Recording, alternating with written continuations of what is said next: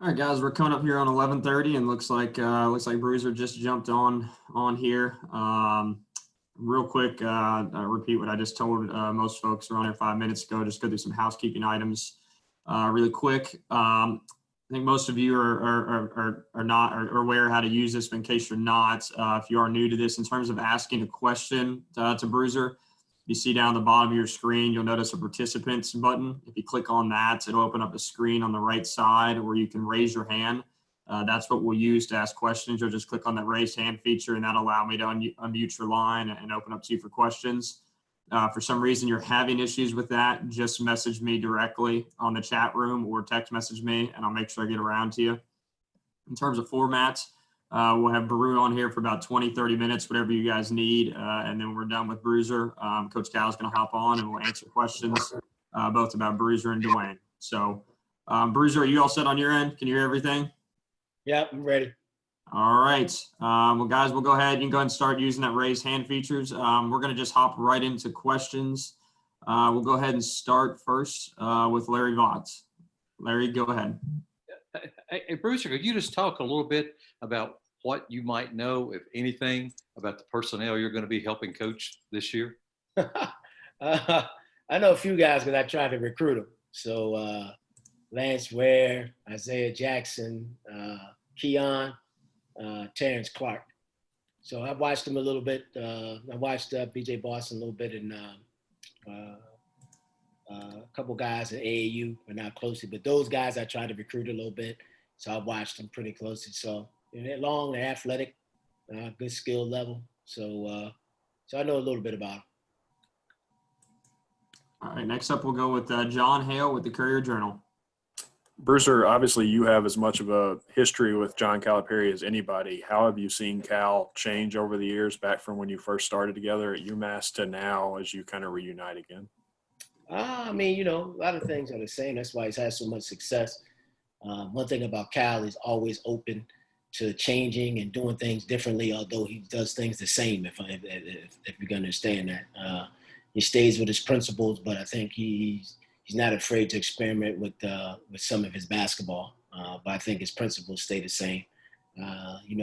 Honestly, he's a lot less crazy than he was back in those days at UMass. I know y'all think he's crazy at Kentucky now, but it's not even close in those UMass days. So I think he's calmed down some, to be honest with you. But I think the biggest thing about Cal is he's always stuck with his disciplines and how he wants to run things.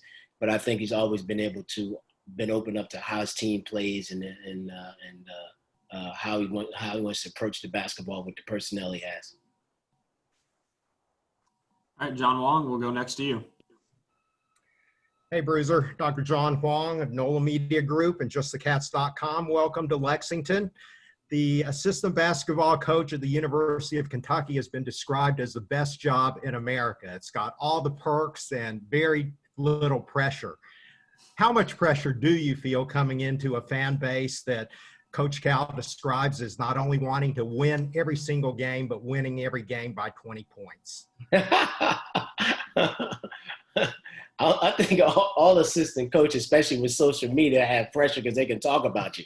And they don't think you're getting any players for the coach, things like that. That comes out now. That wasn't the case years and years ago when I got into coaching. But, there's always pressure. And one of the biggest pressures is to bring in players. You know what I mean? The better your players are, the better your coach is.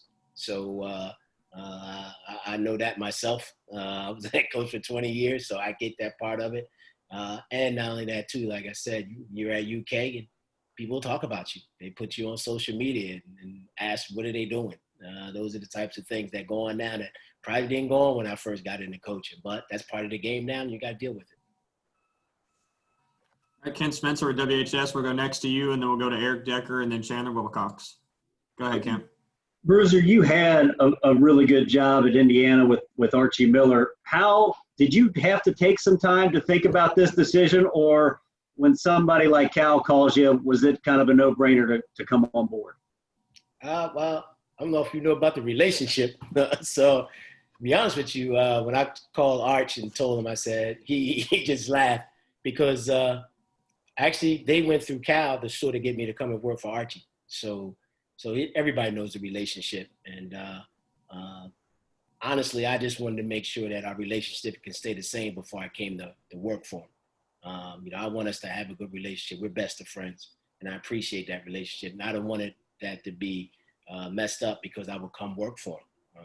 And we discussed that a little bit, and so that made me a lot more comfortable. I didn't have to leave Indiana. It's a good job.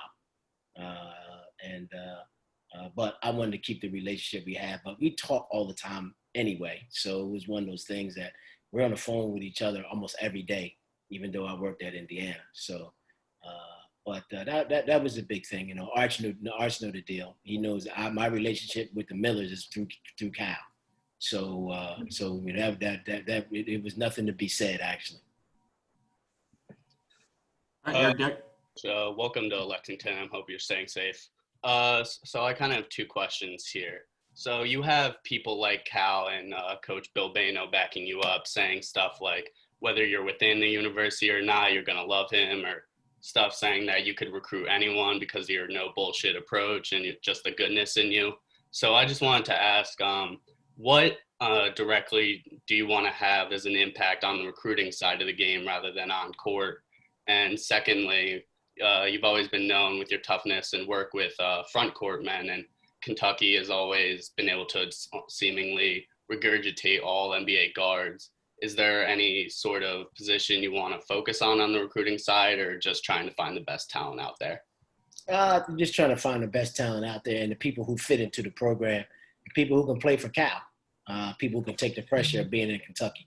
So I think that's the most important thing right there. In terms of position, every year I was a head coach, my point guard was all league. So I think I've done a pretty good job with guards, and I've had a pretty good job with big guys. So in terms of teaching, it doesn't matter to me. It doesn't matter the position. It's all about just helping the guys get better and feel confident and that they're going to be better and feel more confident in game type of situations. So it's all about the teaching and having guys get into good habits and things like that. But like I know one of my chief jobs is the same thing at Indiana was, help the coach get good players that fit into your system and fit into your program. So that's the bottom line with it. If you can do that, then you'll be an asset.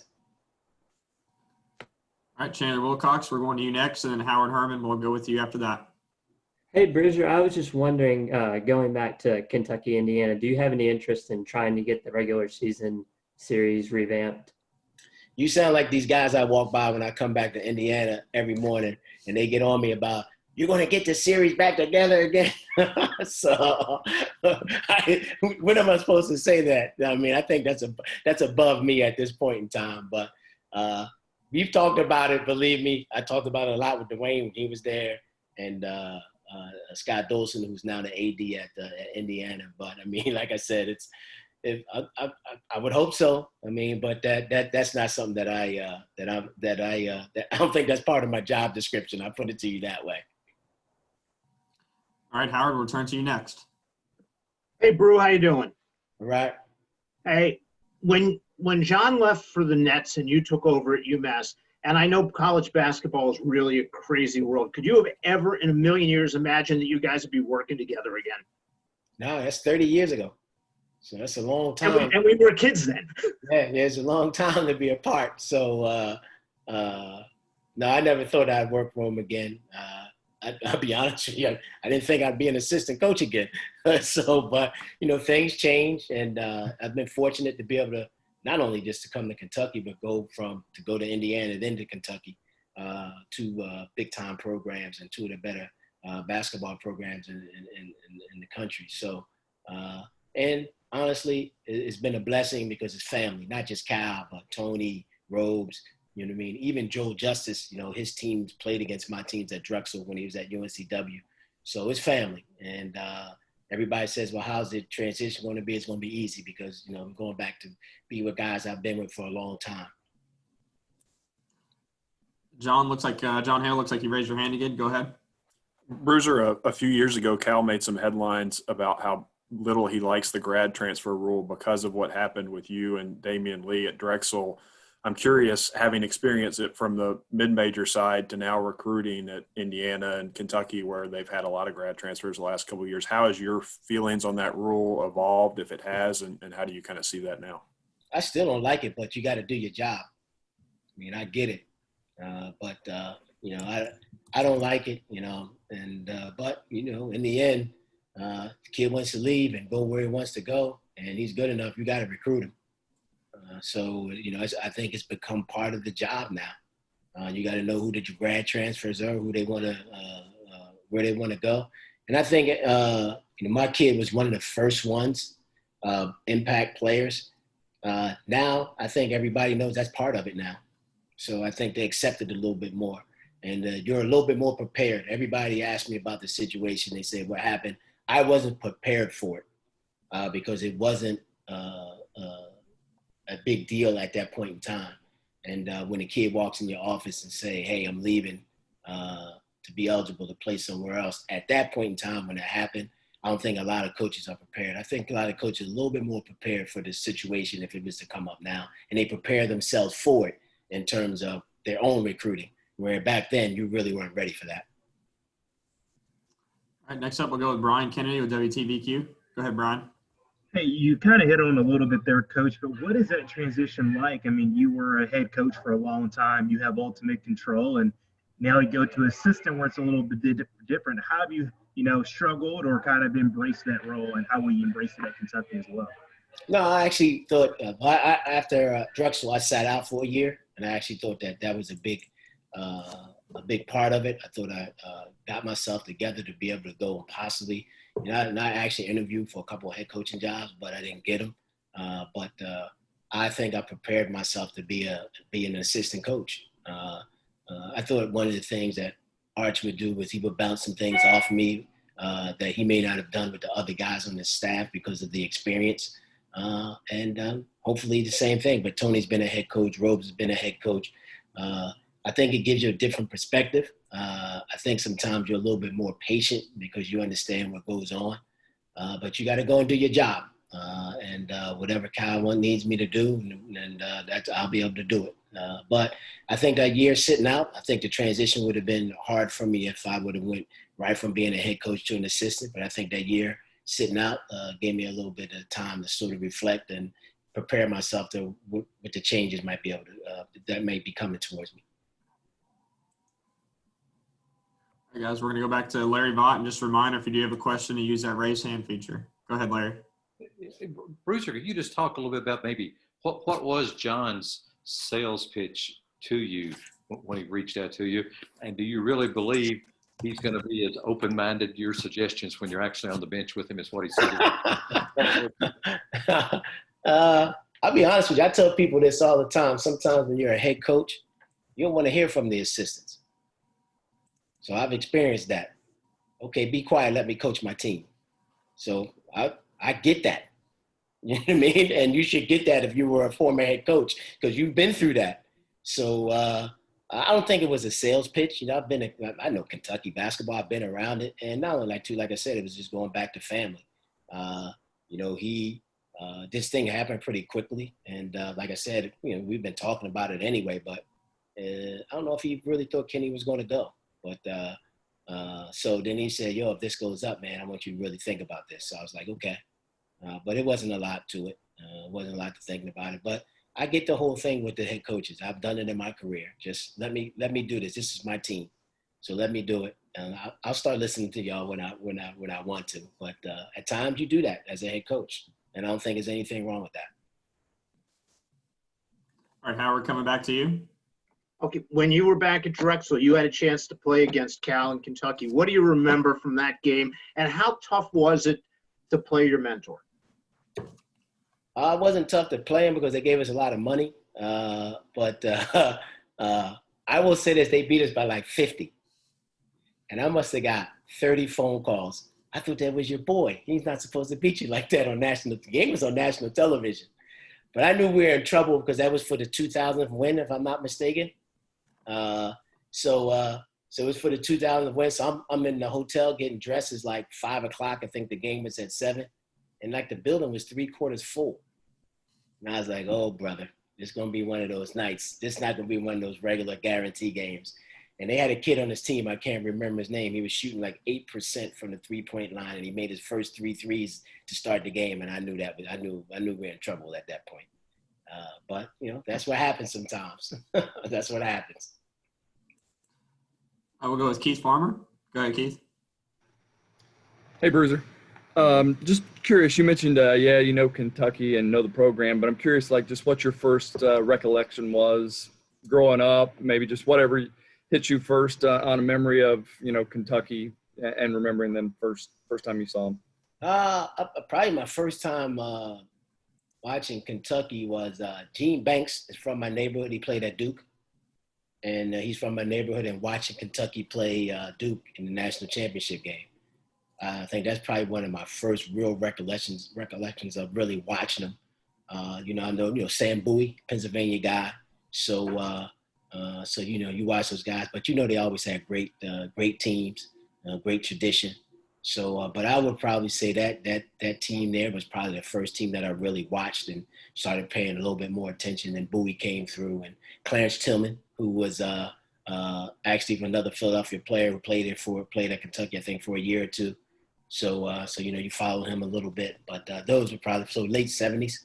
In the 70s, mid late 70s, that's when I started, really paying attention to Kentucky. Looks like we got another question from Eric Decker, and then Derek Terry, I'll come to you.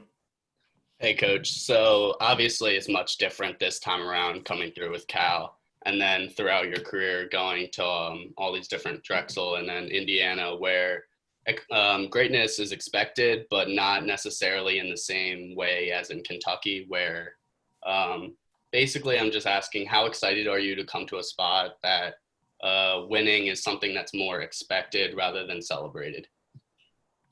I'll be honest with you, they expect winning at Indiana. No, so I get that, but this is the monster that you've built. I mean, Cal has put that in everybody's head because of what he's done here. So they expect you to win because he's treated the job that way. He's built that program to the point where everybody expects you to win. And I know you have great tradition, but he's done it. So the expectations are there because he made it that way. If it wasn't, then people wouldn't think about it the same way. But his resume since he's been here is incredible, and so the expectations are going to go with it. So I have no problem with it. You know what I mean? That's part of the program, and you got to learn. You have to approach the job that way. All right, next up we got Derek Terry with the Cats Boss.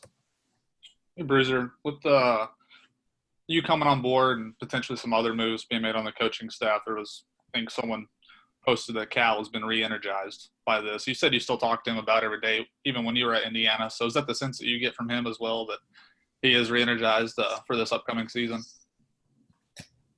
Yeah, I think, Cal's always re-energized, one, because he always has a new team. So I think that re-energizes you a little bit. You always got new players, new kids always coming in. That re-energizes you. So you guys know you cover them. So the energy level is always there.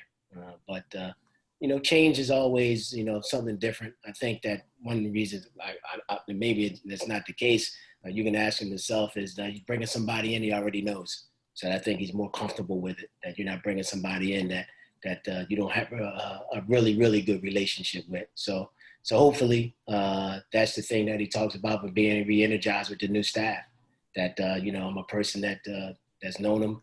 He's been a mentor of mine, and that, I'm just going to slide in, and we're going to try to do what he's been doing since he's been here. All right, Keith Taylor with Kentucky Today, you're up. Coach, you coached at Indiana before coming here, and that's a traditional program, not Kentucky. How much has that helped you prepare for this type of job? I think the recruiting, I'd never really recruited. We did, I think I've always done a pretty good recruiting, but it's a little bit different when you move up the levels, and you get used to the fans. The fans can be a little bit crazy at these places. So I think that's probably was the biggest adjustment there was, one, I hadn't been an assistant for 20 years. And then, the recruiting becomes a little bit different that way. And recruiting at this level becomes a little bit different. So that was an adjustment I sort of had to make. And then you realize the pressure that the fans put on you to win. I think that's probably one of the biggest things right there. Jeff Drummond, we'll go with you next. Hey, Bruiser, you mentioned earlier that Cal, I think, wasn't as crazy as he used to be, maybe back in the old days. Can you share one of your favorite Crazy Cal? That's a long time ago, man. But I mean, you see him go up and down the court all the time. But I mean, he just was way more energetic. He's a little bit. He sits down a little bit. He never sat down at UMass.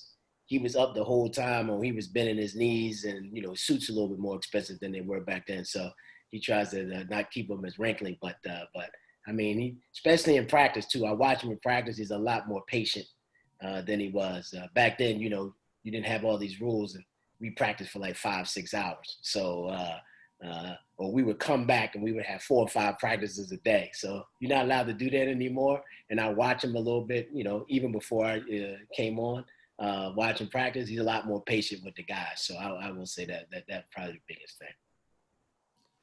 Guys, we got time for a few more questions if you got them. I don't have anything currently in the queue, but I'll give you a minute or two if you want to ask a couple more, Brew.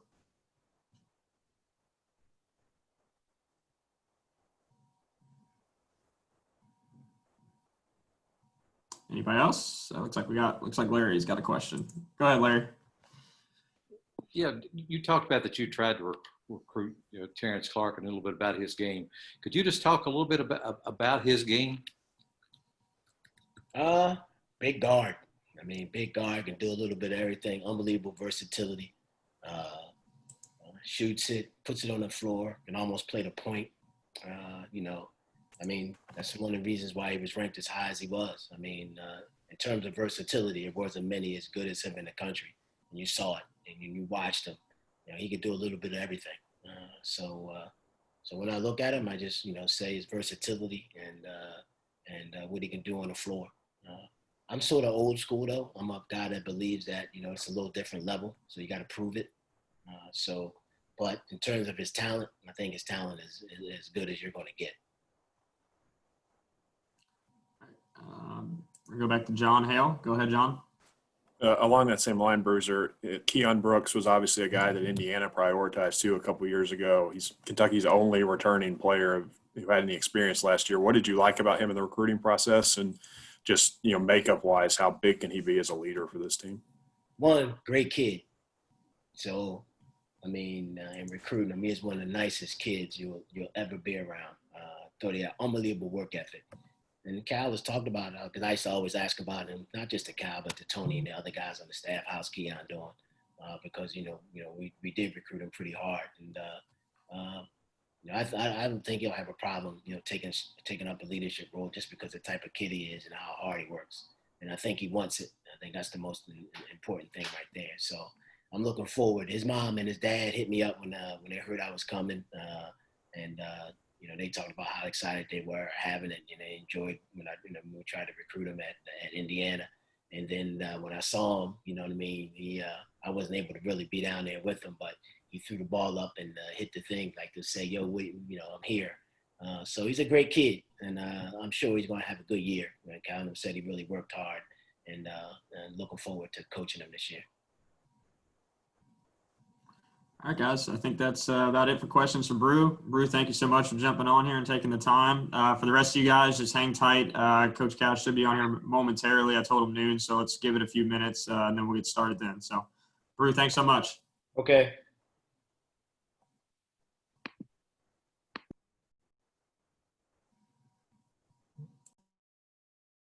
Cal, it's hot for you having lost Kenny and lost Dwayne, two of the people you were closest to in the program. Just what's that change going to be like? How are you going to adapt to that moving forward? Well, as you guys know, I've only done this a few years, but I've had many staffs, and what you do every time this happens is you're trying to piece them together in a way that your team needs them to be in. Time changes. It's different now than it was 10 years ago. So now, again, as I look at assistants, it is, all right, what is their relationship with players? Are they into that? Are they into that development? In this program, it's the most important thing. Is their focus creating relationships with recruits? Or is their focus the next job? I'm trying to get here. Well, in this job at Kentucky, our total focus has to be on what we're all doing for these young people. And with Bruiser, I work with him. So there's no guessing who he is and what he's about. We work together. And he is as good a guy, a good a person. He'll have unbelievable relationships with the players that we have. He's a listener. I felt very comfortable. It was easy for me. And I've done things in the past where I brought in assistants together that I was having to hire too. And I brought them in together because I wanted to make sure they got along. How are you going to have a team if your staff doesn't get along? If one guy wants to, I got to be this guy and you got to play I've never done that. My staffs have been, this is all of us doing everything. And so I think it's going to be terrific. Now, on the other hand, I worked with Dwayne. He didn't work for me. He worked for Mitch. But we worked together, and he's become a dear friend. It's like anybody else that leaves a community you're in, a job that you're in, that has become a great friend and a great ear and a great voice that I trust. But if I'm about him, you got to wish him. And, as he was going through this process and I was talking to some people and Ellen looked at me and she's like, you understand that he could leave. You're helping. I have to. That's my job. That's what I've been about. So I'm happy for him. I think he's going to do a great job. When you heard the press conference, I think people said, why didn't he get a job a few years ago? I mean, but I hats off to Mitch. He's done a great job of preparing people for their next step. And in Dwayne's life, for he and Allison and the kids, this is that next step. And he'll always be a phone call away. If I'm having an issue here, I'll call Dwayne. Dwayne, tell me what you think. He'll be doing two jobs, DePaul and what I need him to do here. All right, we'll go with Kyle Tucker with The Athletic.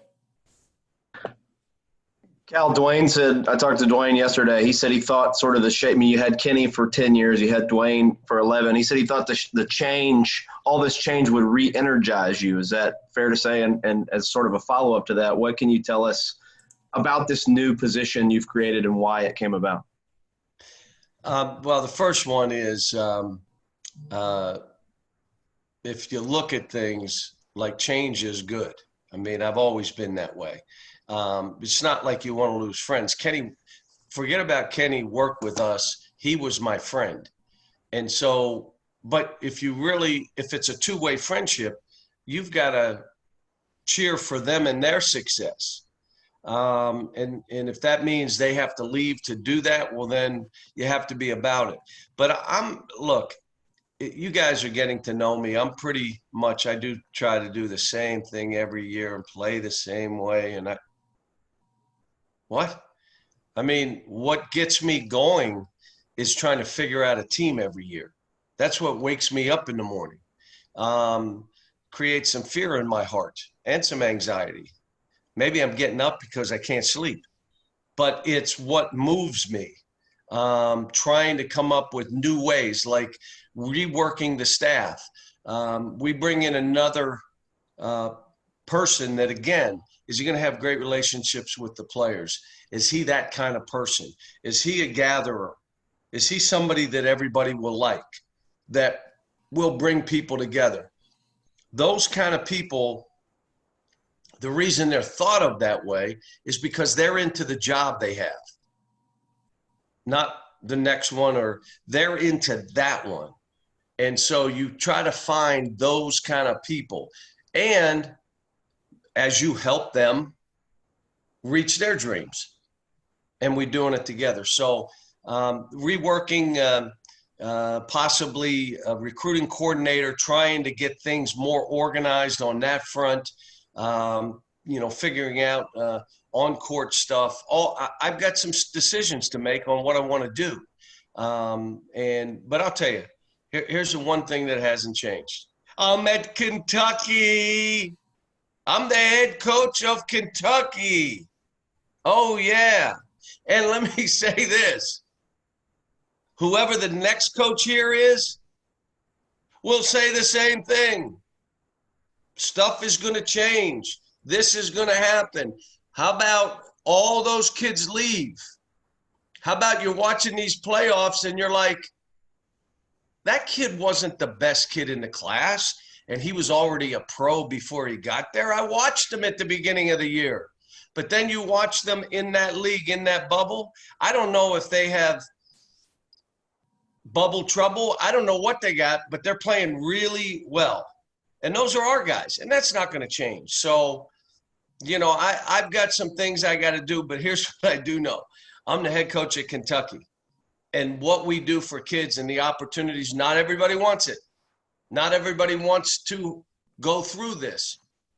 And what I'm saying is the glare is on you. There's no place to hide. You're going to have other great teammates. You're going to be coached and loved by me and have a relationship the rest of your life with me.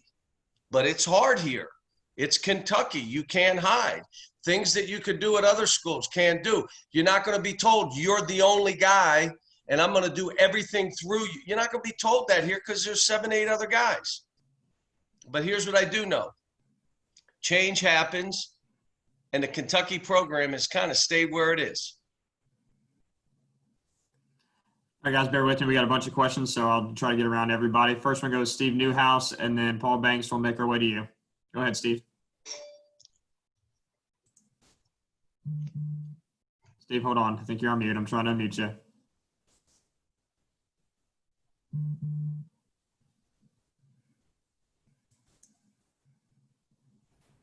There you go, Steve. There you go. Go ahead. Hey, John, Chicago guy here. Yesterday, Dwayne said that he'd be contacting you and to get a series going with the Wildcats. Wanted to get your reply to that. You know, I'm going to help Dwayne in any way I can. And he may call me for scheduling, but I got some issues I'm dealing with that I'm going to be calling him about. And we have him until September 1st. So I probably don't want to hear anything about the DePaul until September 1st. And if he talks about it, I said, enough DePaul stuff. We still got stuff we got to do here. But no, I'll you know, we played in Chicago. I've been up in Chicago. I think DePaul's a terrific program. The biggest thing, when I was in the Atlantic 10 and I took over a program that was in a similar position as DePaul, my question is, has anybody in the Big East been in the Final Four or the Atlantic 10? And at that time, Temple had been #1 in the country. So my question is then why we're in the same league? Why can't we be #1? Then again, I was young, I was stupid, I was dumb, I didn't know what I was talking about, but that was my vision. And in the Big East, it's the Big East. It still has the aura of the Big East.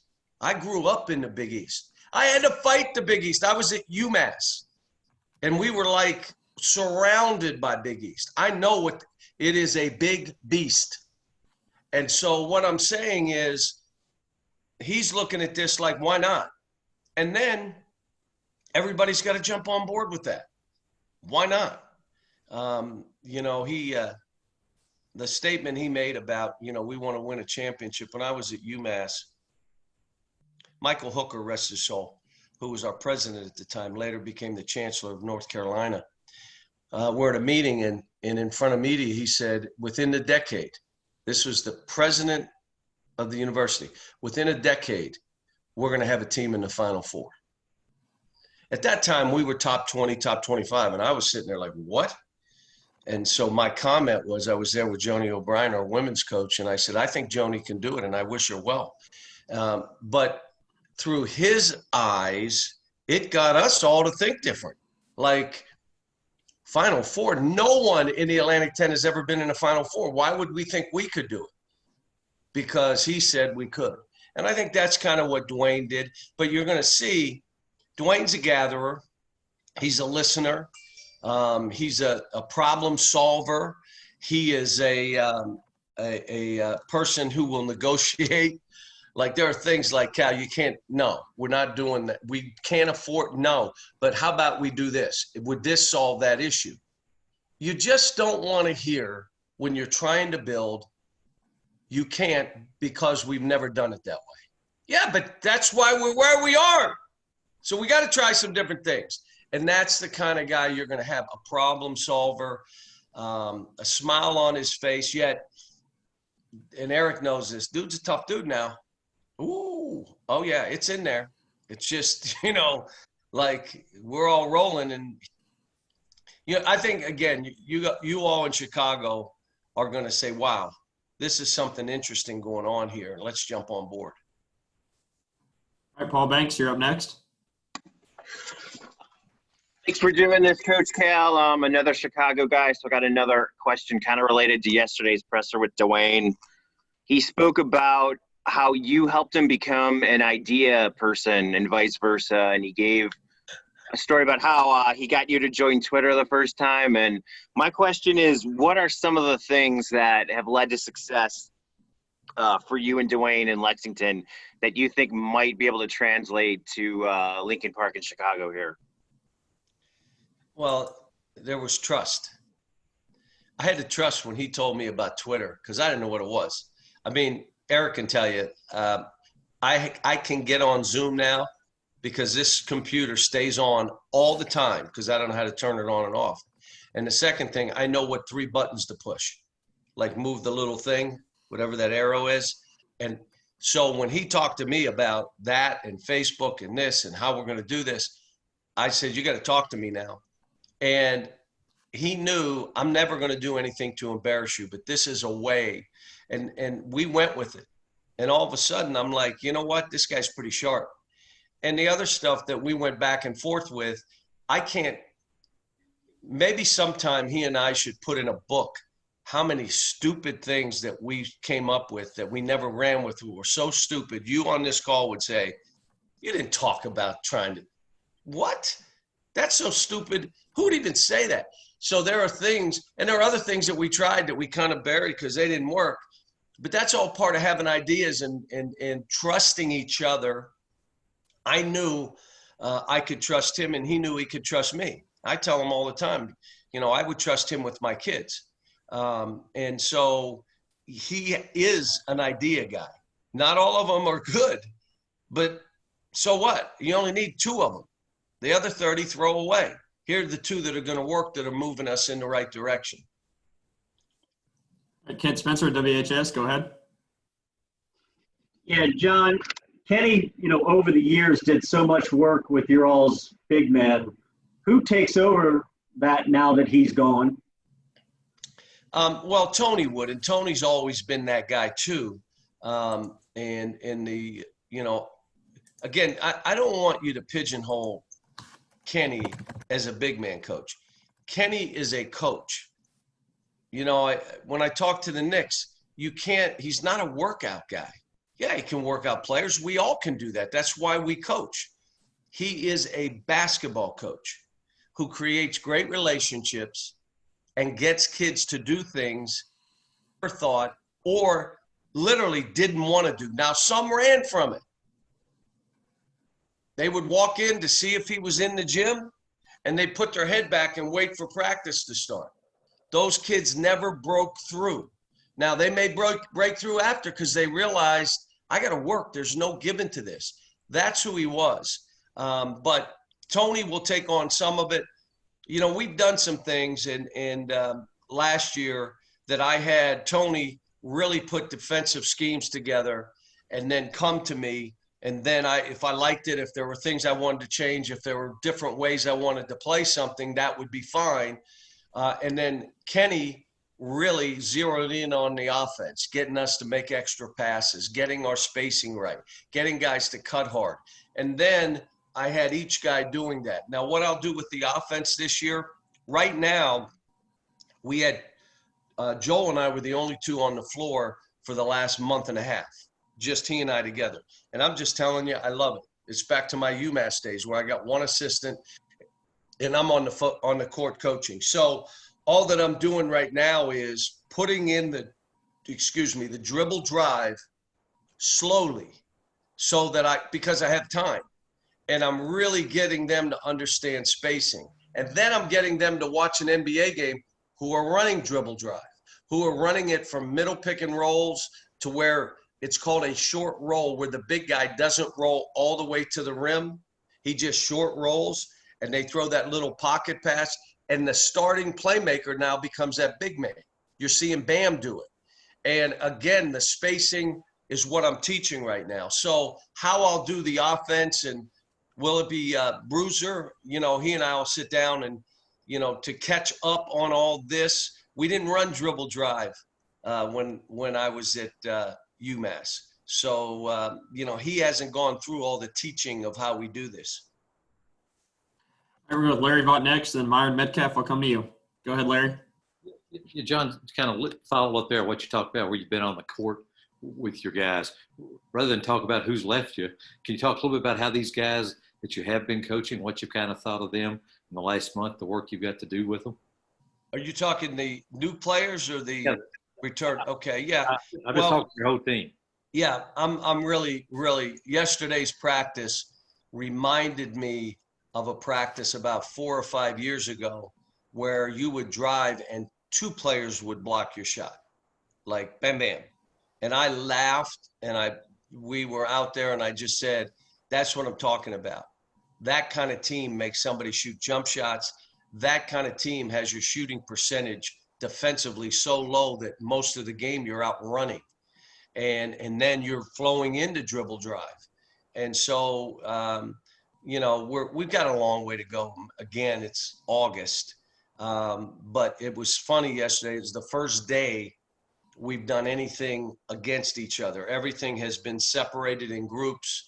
I want to keep going through the testing. I want to make sure if we have any issues, I'm challenging the players. If they can't live like this, they can't be here. You gotta. We're in the lodge, in the practice facility, cooks in the building. I mean, the weight room. Look, if you go out and do something outside, you don't need to be here because you're going to infect everybody. And we got this pretty well in order. So, the guys have been great. Hard. This thing is hard. I'm more concerned with mental health than anything else because, they know to wear the mask and gloves and stay away and social distance. And they hear what parties are doing and all this. But when you're locked in a room for 18 hours a day, my concern is, all right, what do we do with these guys every other day? Something to get them out of way, to get them, I've taken them to some meals where it's been great separation in a private room just to get them off the campus and out of their room. How do we do that? I'm dealing with that. And I don't, we talked about opening up our locker room.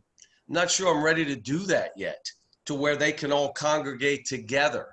Because again, one guy doing something dumb can lock you down. Even if we're going live, guys, I'll go 5-7 minutes and then we'll do something scripted. In other words, 5-on-0, 3-on-0, where there's space. And then we'll come together again for 5-7 minutes and then we'll separate.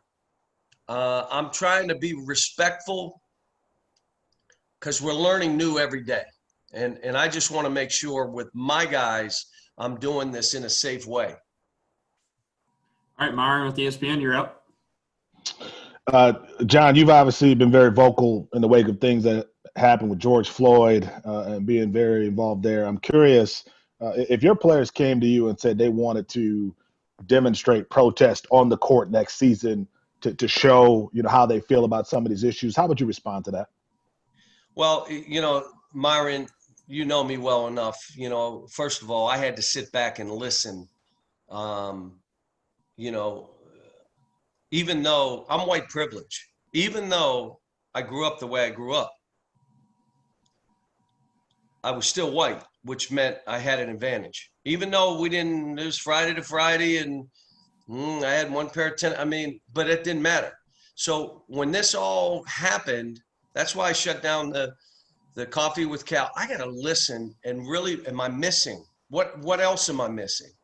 And so we came up with the thing we were going to do on our campus only, Minority Leadership Initiative And then I had friends come and say, why don't you do this to scale and get other coaches to do what you're doing? We got 75 coaches committed. We already have, I don't know, 18 jobs posted. I'm hoping this year we end up with double that, like 36 to 50 jobs posted. And it's for young minorities to get involved in college administration, which may lead to whatever, jobs in business, whatever. That being said, I sat down with my team and I said, I know your opinion. You can speak, you can show how you feel, but to me, it's always about action. What do you want to do? So the first thing was the way you move your feet. The first way is you vote. I'm not telling you how to vote. Vote for who you want, but that's an action. Vote. We signed them all up. They've all registered. And now the last piece of that will be getting some mail-in ballots. But they're all excited about it. But I ended the meeting with, I want to know opinions, talk, speaking, showing what action can you take as a group to make a difference in maybe one person's life. What can we do that you can do together or individually that we can make a difference with people? I told them I'm going to want them to be involved with the 6 minority leaders that are going to be on our campus, that are going to be learning and growing, and I want them to be involved. I don't know how yet, but we've talked about that, action, move your feet, voting, and now we haven't gotten to the point. Thought maybe they mentor at the Boys and Girls Club. They become mentors, and once a week I create a time where they can be, where they're changing one life. And so all the other stuff out there, I think, again, I will listen. It's what I do. Talk to me, tell me why, tell me what can we do? All right, next up we're going with Eric Decker, and then it looks like we have 4 other questions in the queue, and we'll limit to that, guys, because I've got to get them off here at 12:30. So Eric, go ahead. Hey, Coach. Hope you're staying safe. So going back to when you mentioned how Kenny Payne was often thought as or referred to as a sort of a front court coach, but he thought or more is just a basketball coach in general. The same reputation can be said with Bruiser a little bit. Obviously, you have the stories of your guys' time in Amherst with working with Marcus. I asked him sort of the same question, and he had that exact same answer where he thinks he's just a coach in general and he can work with anyone. Is there anywhere specific you want him working with, like the guards or a front court, or is it just whatever he can do to help the team? We got to get together and figure out, what's the best thing for these kids with this staff that we're piecing together. And let me say this, you're right. He would work with big guys. Well, he's not a big guy. Doesn't mean you can't show them and teach them. There were times Kenny was with Tyler Hero or Devin. He was in it with Devin Booker in the gym at 11 o'clock at night. I mean, it didn't matter. We're coaches here. We'll get pigeonholed at times, but I want my guys to coach basketball. And let me say this, we all recruit together. We're not having, you're going to recruit this guy, you're going to recruit this guy. And here's what I come back to. You have Kentucky to sell, are the results of what this is, and me and the results. I mean, that's you go in and that's where it is. And that's bang, let's go. And now if someone else has to jump in on the recruiting, they do. All right, John Wong, you're up next. Hey, John, I know you don't pay any attention at all to social media, so I wanted to kind of get you caught up to date on that. I'm sure you've heard by now that your post on taking the players down and registering them to vote drew a lot of comments. Half the people thought you walked on water. Half the people thought you were the Antichrist. What does it say about the state of the nation, specifically within Big Blue Nation, when you get an issue like that that is so polarizing? Well, I knew it would bring both, but I'm not. First of all, I don't see it. I may ask Eric, and Eric would protect me if I'm really getting bashed. But the whole point of it is to teach someone to vote and you're talking now 12 votes, it's more of their action than they're going to make some sort of big difference. And we said, you vote with someone who believes in what you believe. That's how you vote. You listen to the facts and listen to what they're saying and you vote for them. So if someone was disappointed or someone thinks I'm the worst human being, if they asked me that, I would say, I agree. Can we move on? And if someone came back and said, oh man, Cal, that's the greatest thing, I'd say, great, let's move on. But it's me teaching my team.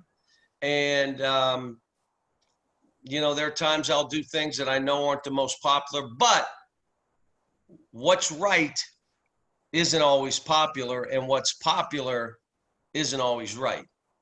I'm just trying to do what I think is right. All right, finish this off, guys. We'll go with John Hale, Steve Newhouse, and then Kent Spencer. John, go ahead. Cal, this is the first time we've talked to you since the African American and Africana Studies faculty asked for the Rupp Arena name to be changed. One, what's your personal opinion on that? And two, have any of your players, recruits, former players mentioned that to you at all as something they're concerned about? Well, no, I haven't heard anything on that side. But again, this for all of us that was from what I understand, they were talking about a lot of different things. This is another chance for us to listen and learn. Some people agree, some people are not going to agree. I would tell you again, for me personally, knowing the family, knowing Herky like I did, all right, what's out there that tells me it's something different? And I'm all ears, I'm going to listen. But here's what I do know. The university is doing stuff going forward. Diversity issues on our campus they're dealing with. Very important for us. What we're doing in the Minority Leadership Initiative, we are taking the front position in this, the lead position. As this thing goes and grows, it's going to be, Kentucky is going to be the lead in what we're doing and be the program that's going to say, here are the best case scenarios in this and how we do it.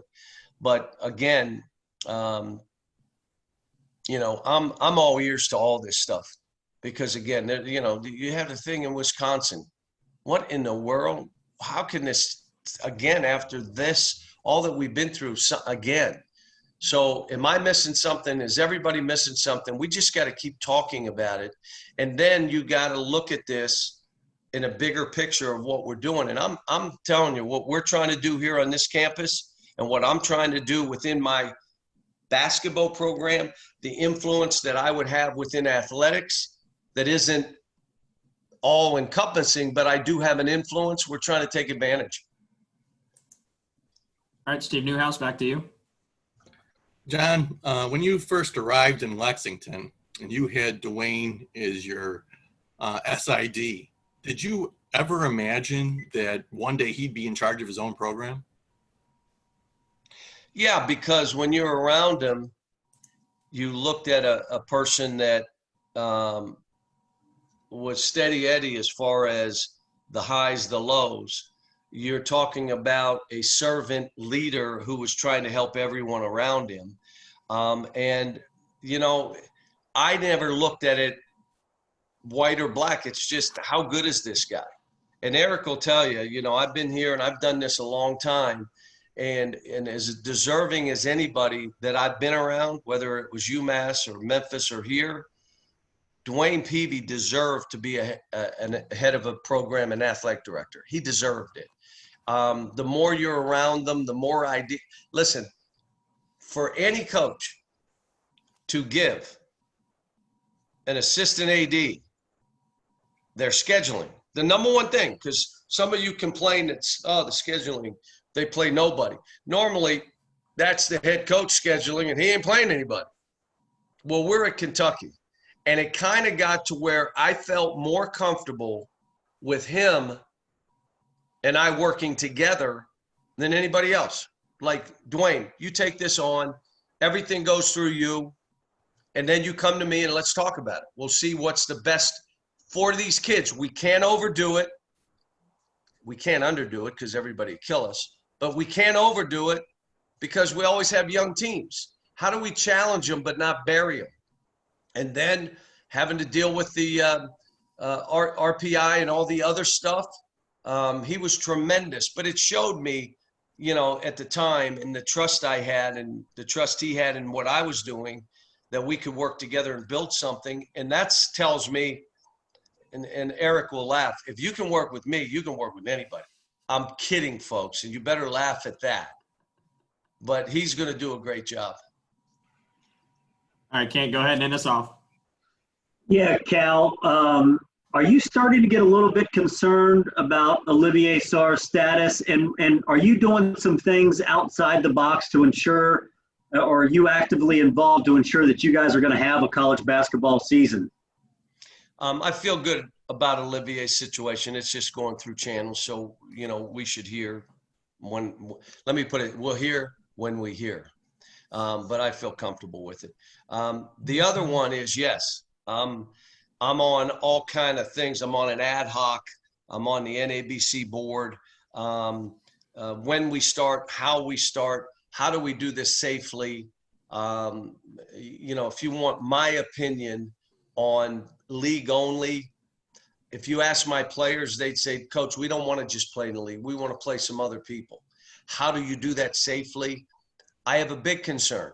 My big concern, because I've coached there, is at schools that need the guarantee money. So now all of a sudden, you know, there are teams that, my son goes to the University of Detroit. They play 7 or 8 bye games, which means those games, they're paid to play those games that help their program. If you take $500,000 or more away from Detroit, I could tell you 80, 90 schools, you take that money away from those programs, they're going to be on their back. So how do we include them in this and not forget, like, okay, we're only worried about the Power 5. I coached at these other places. I know what they're doing, and we've talked about it. Do we guarantee contracts going forward? Do we do something in a bubble and try to give them a percent? We don't have those solutions yet.